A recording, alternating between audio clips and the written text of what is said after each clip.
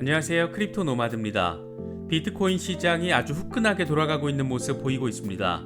비트코인이 쭉 치고 올라가는 모습도 반갑고, 비트코인이 잠시 횡보할 때 몇 달 내내 눌렸던 일부 알트코인들이 살아나는 모습도 반갑게 느껴지는 것 같습니다. 비트코인은 10월 들어서 시간이 갈수록 긍정적인 전망들이 보태지고 있습니다. 단기적으로는 위로는 56,000달러가, 또 아래로는 53,000달러가 중요 구간으로 지목됐습니다. 56,000달러 저항에 맞을 가능성이 있다는 것과 53,000달러 붕괴 시 강세 전망이 무효화될 수 있다, 이런 점이 강조된 분석이 나왔습니다. 10월 미국의 비트코인 ETF 승인 가능성이 점쳐지는 가운데 이번에는 아예 승인 임박, 이렇게 제목이 달려서 기사가 나왔습니다. 하필 블룸버그가 보도하면서 기대감을 더 키우는 것 같습니다.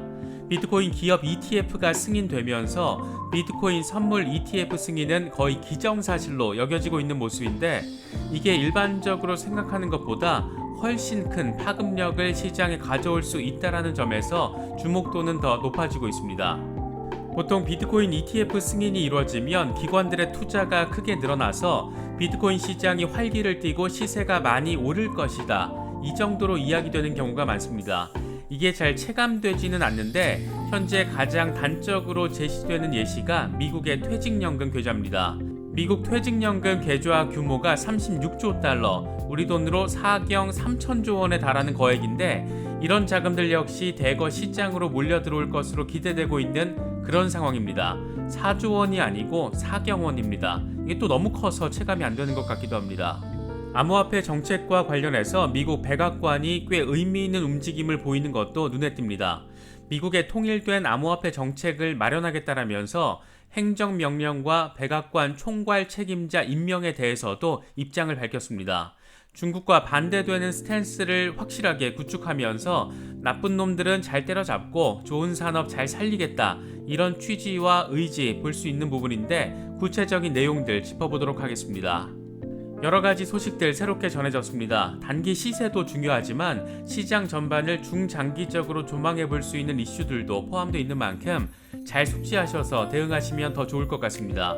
본격적인 시작에 앞서서 좋아요와 구독, 또 알림 설정 꼭 부탁드리겠습니다. 영상 제작에 아주 큰 도움 된다는 말씀 함께 드립니다. 그럼 시작하겠습니다. 먼저 비트코인 상황입니다. 비트코인은 56,000달러를 돌파해낸 뒤에 54,000달러 주변에서 다지기를 하며 매물대를 소화해내고 있는 모습 보이고 있습니다. 10월로 접어들면서 점차 고점을 높여가고 있는 모습 확인할 수 있습니다. 공포 탐욕 지수는 하루 전보다 2포인트 하락한 72를 기록하면서 여전히 탐욕 상태가 이어지고 있습니다.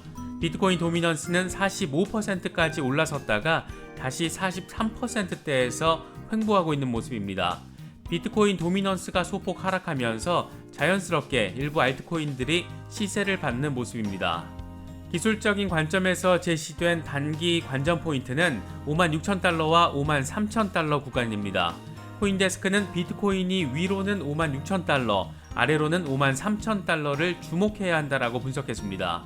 코인데스크는 비트코인이 56,000달러를 방어하지 못하고 다시 밀려난 것은 4시간 차트 RSI의 과매수 신호를 확인해 주는 것으로 하락 가능성이 열려 있다라고 설명했습니다. 그러면서 종가 기준으로 53,000달러가 뚫릴 경우에 지금 제기되고 있는 비트코인 강세 주장들은 약화될 수 있다라고 덧붙였습니다. 다만 비트코인이 10월 이후에 계속해서 저점을 높여가고 있고, MACD 역시 계속 상승하면서 상방향 모멘텀은 아직 살아있다라는 점을 확인할 수가 있습니다.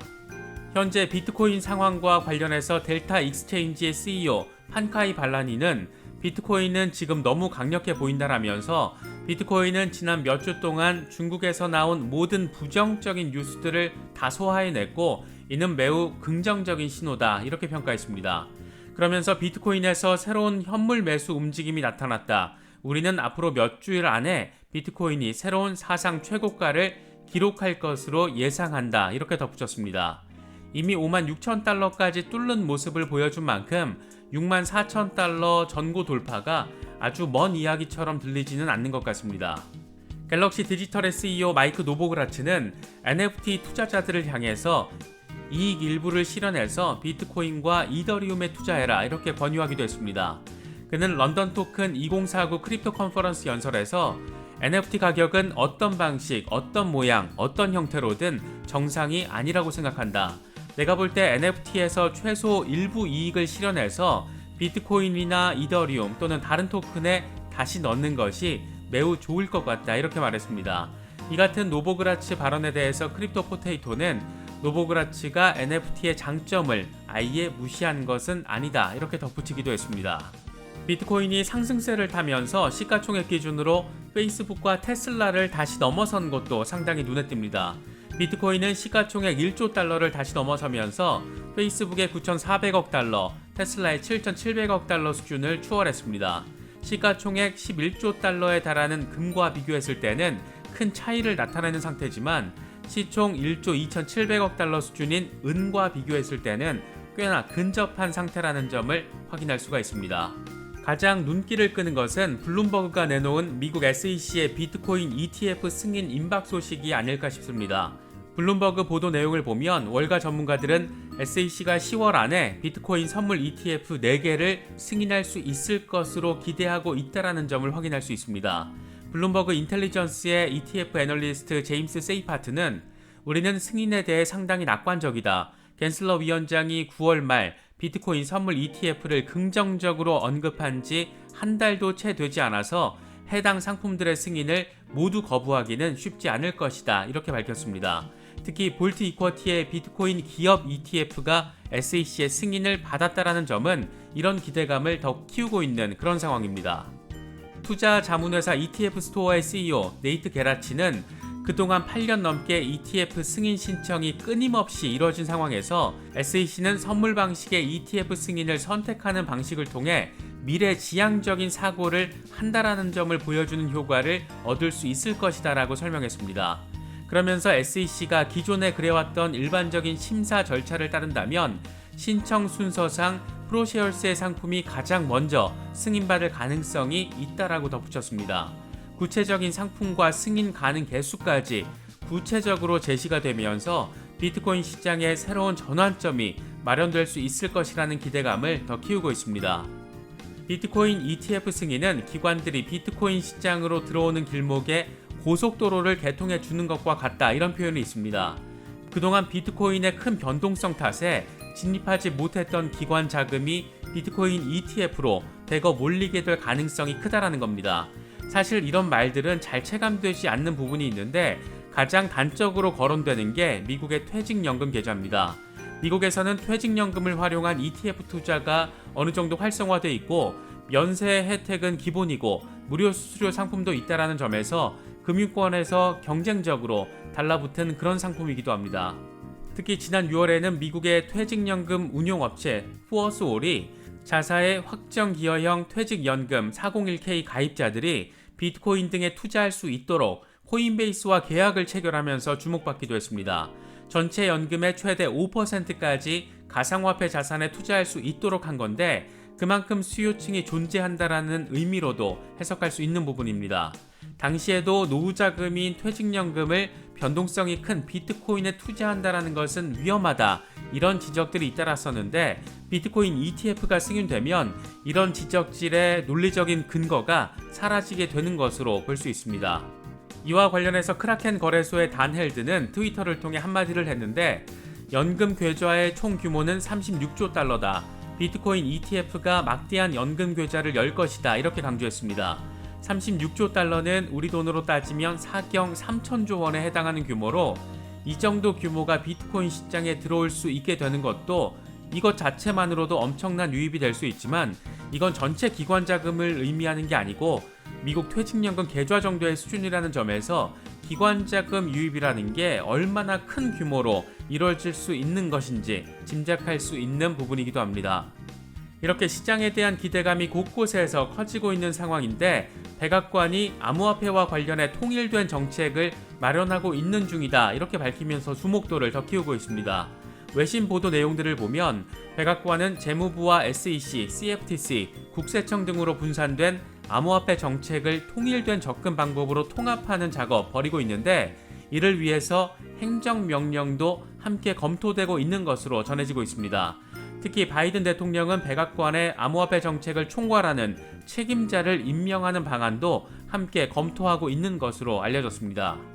행정명령에는 연방기관들이 암호화폐 관련 연구를 진행하고 제도를 만들도록 제안하는 내용이 포함될 것으로 전해졌는데, 여기에는 금융규제와 경제혁신, 국가안보 분야가 포함되어 있는 것으로 알려지고 있습니다. 행정명령을 포함한 이 같은 계획은 백악관이 짜고 있는 암호화폐 정책의 일부분이고, 일반 국민들에게 인기를 얻고 있는 암호화폐에 대한 관리 감독 우려에 대응하기 위한 차원인 것으로 보도됐습니다.